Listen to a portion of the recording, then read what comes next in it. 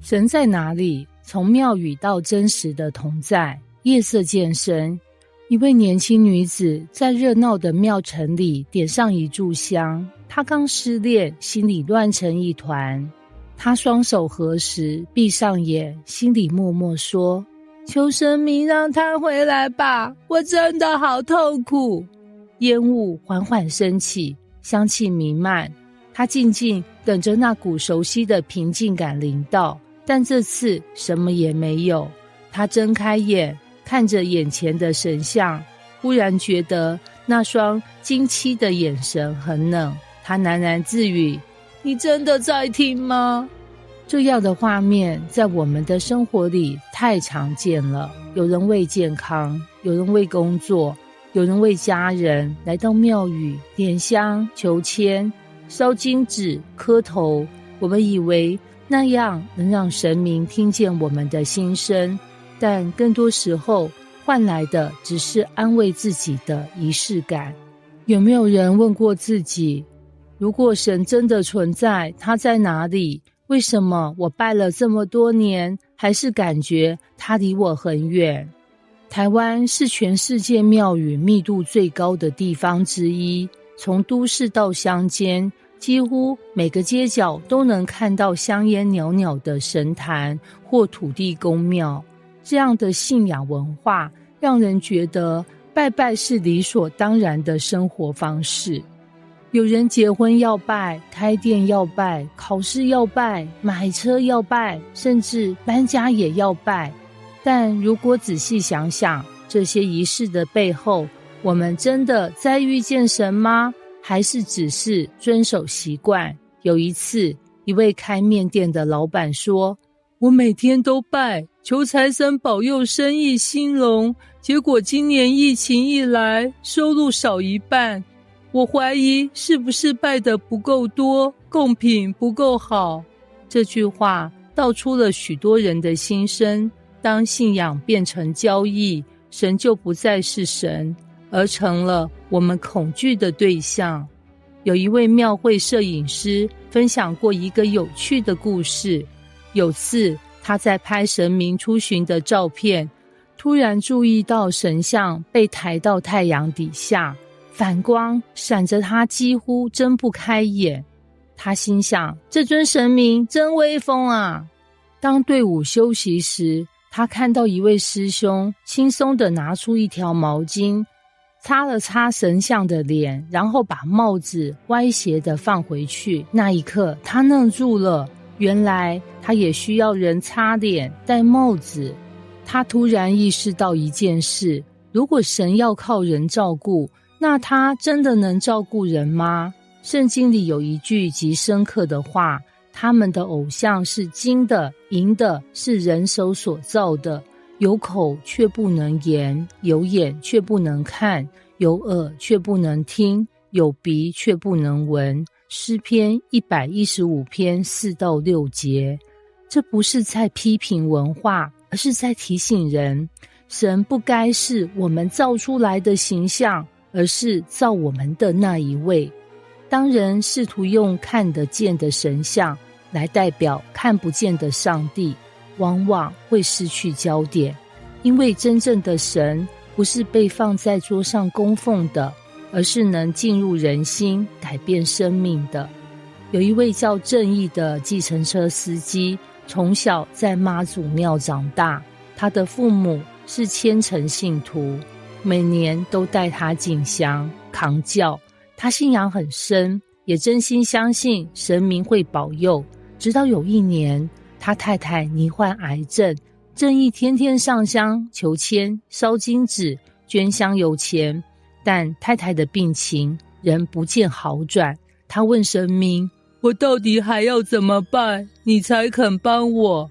有一天他再到一位牧师，牧师没有劝他改信，只是听他讲完后微笑说，我相信上帝听见你的痛，他不需要你多做什么，只要你告诉他，你愿意让他进你的生命。正义半信半疑的回家，照着那句话对着空气说，上帝，如果你真的存在，请让我知道你在。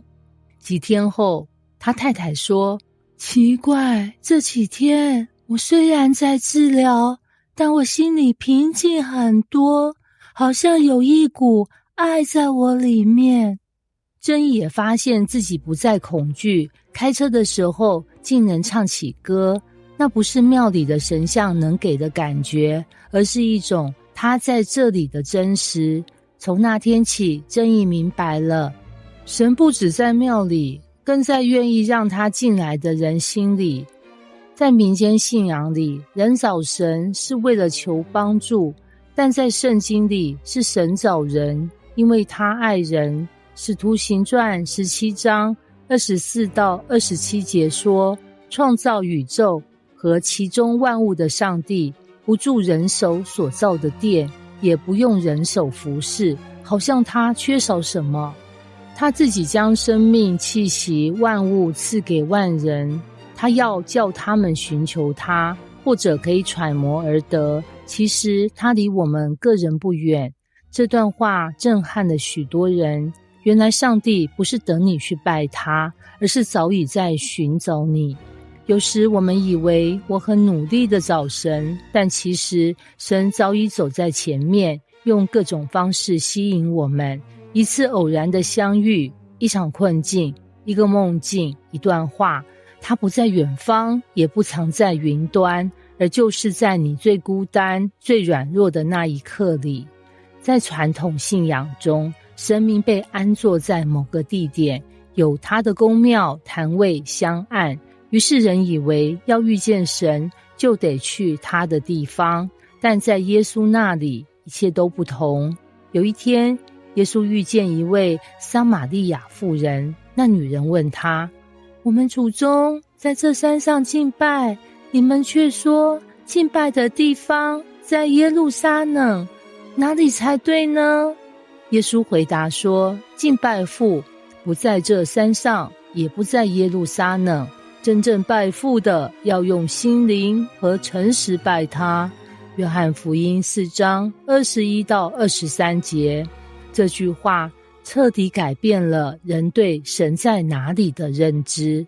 神不被局限在任何地点，不需要庙宇，不受文化拘束，他要的是你的心，而不是你的贡品。这就像你爱一个人，你不会说，我每个月送你礼物，但我从不跟你说话。真正的爱是关系，神也是这样，他要的不是你的香，而是你的心。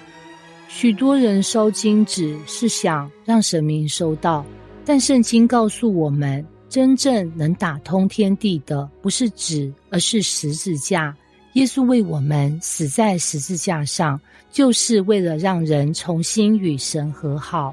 因着他的牺牲，人不再需要靠祭品、符咒、仪式来换取平安。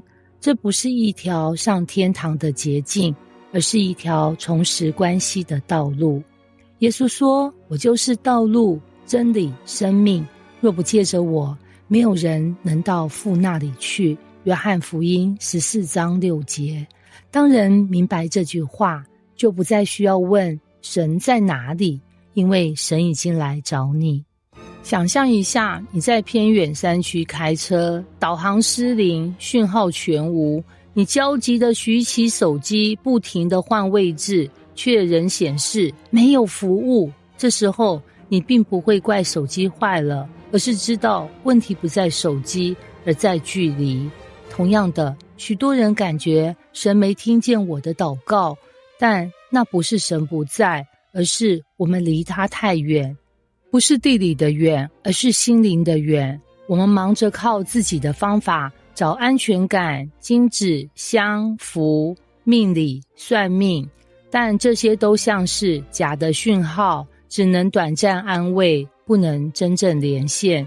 只有当我们打开心说，神啊，我愿意让你进来，那道讯号就瞬间通了。